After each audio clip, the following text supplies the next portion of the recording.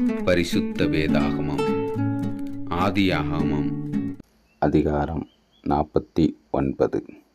யாக்கோபு தன் குமாரரை அழைத்து, நீங்கள் கூடி வாருங்கள், கடைசி நாட்களில் உங்களுக்கு நேரிடும் காரியங்களை அறிவிப்பேன்.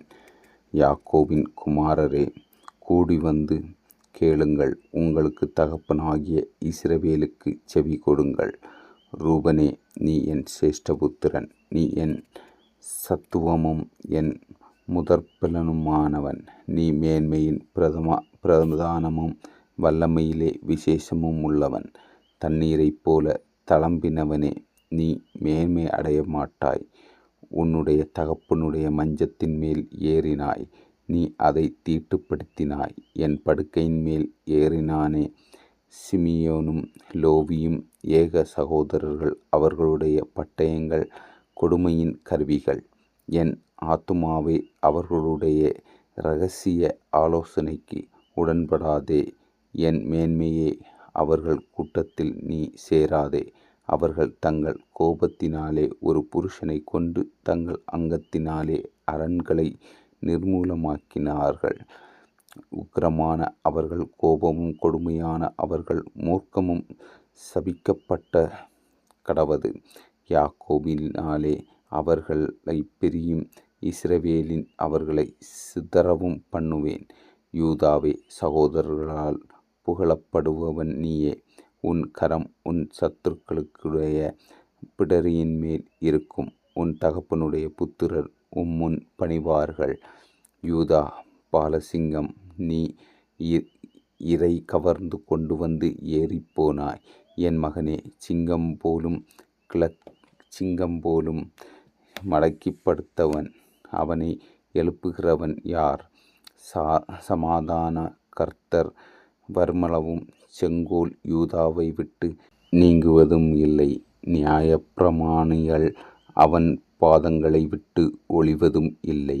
ஜனங்கள் அவரிடத்தில் சேருவார்கள். அவன் தன் கழுதை குட்டியை திராட்சை செடியிலும் தன் கோழிகை கழுதையின் குட்டியை நற்குல திராட்சை செடியினாலும் கட்டுவான். திராட்சை ரசத்திலே தன் வஸ்திரத்தையும் திராட்சை பழங்களின் இரத்தத்திலே தன் அங்கியையும் தேய்ப்பான். அவன் கண்கள் திராட்சை ரசத்தினால் சிவப்பாயும் அவன் பற்கள் பாலினால் வெண்மையாயும் இருக்கும். சோபுலோன் கடல் துறை அருகே குடியிருப்பான். அவன் கப்பல் துறைமுகமாய் இருப்பான். அவன் எல்லை சீதோன் வரைக்கும் இருக்கும். இசக்கார் இரண்டு பொதியின் நடுவே படுத்து கொண்டிருக்கிற பலத்த கழுதை. அவன் இளைப்பாறுதல் நல்லது என்று நாடு வசதியானது என்றும் கண்டு சுமக்கிறதற்கு தன் தோளை சாய்த்து பகுதி காட்டுகிறவனானான். தான் இஸ்ரவேல் கோத்திரங்களில் ஒரு கோத்திரமாகிய தன் ஜனத்தை நியாயம் விசாரிப்பான். தன் குதிரையின் மேல் ஏறியிருக்கிறவன் மல்லாய்ந்து விழும்படியாய் அதன் குதிகாலை கடிக்கிறதற்கு வழியில் கிடக்கிற சர்ப்பத்தைப் போலவும் பாதையில் இருக்கிற விரியானைப் போலவும் இருப்பான். கர்த்தாவே, உம்முடைய இரட்சிப்புக்கு காத்திருக்கிறேன். காத் என்பவன் மேல் இராணுவ கூட்டம் பாய்ந்து விழும். அவனோ முடிவிலே அதன்மேல் பாய்ந்து விழுவான். ஆசோருடைய ஆகாரம் கொடுமையாயிருக்கும். ராஜாக்களுக்கு வேண்டிய ருசி வர்க்கங்களை அவன் தருவான். நப்தலி விடுதலை பெற்ற பெண்மான் இன்பமான வசனங்களை வசனிப்பான். யோசேப்பு கனிதரும் செடி. அவன் நீர் ஊற்றண்டையிலுள்ள கனிதரும் செடி. அதன் கொடிகள் சுவரின் மேல் படரும்.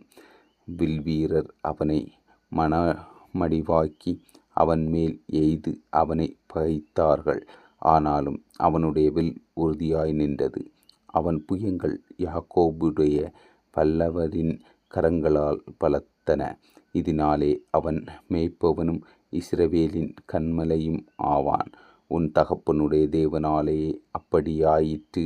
அவர் உனக்கு துணையாயிருப்பார். சர்வ வல்லவராலே அப்படியாயிற்று.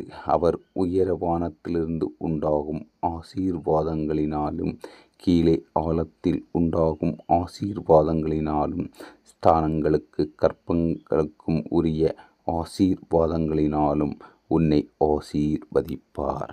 உன் தகப்பனுடைய ஆசீர்வாதங்கள் என் பிதாக்களுடைய ஆசீர்வாதங்களுக்கு மேற்பட்டதாய் இருந்தது. நித்திய பர்வதங்களின் முடிவு மட்டும் எட்டுகின்றன. அவைகள் யோசேப்புடைய சிரசின் மேலும் தன் சகோதரர்களில் விசேஷித்தவனுடைய உச்சந்தலையின் மேலும் வருவதாக. பென்யமீன் பீறுகிற ஓநாய் காலையில் தன் இரையை பட்சிப்பான், மாலையில் தான் கொள்ளையிட்டதை பங்கிடுவான் என்றான்.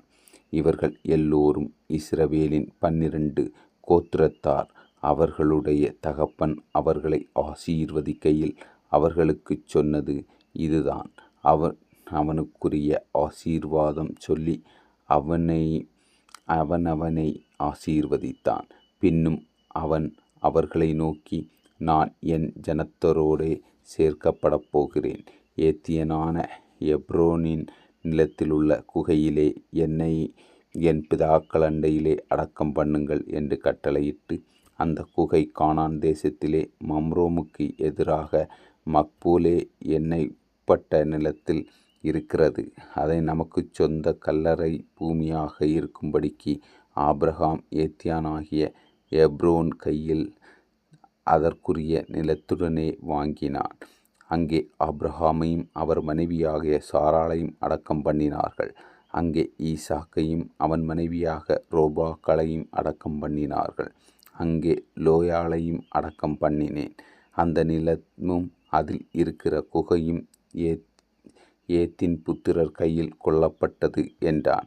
யாக்கோபு தன் குமாரருக்கு கட்டளையிட்டு முடிந்த பின்பு அவன் தன் கால்களை கட்டிலின் மேல் மடக்கி கொண்டு ஜீவித்து போய் தன் ஜனத்தாரோடே சேர்க்கப்பட்டான்.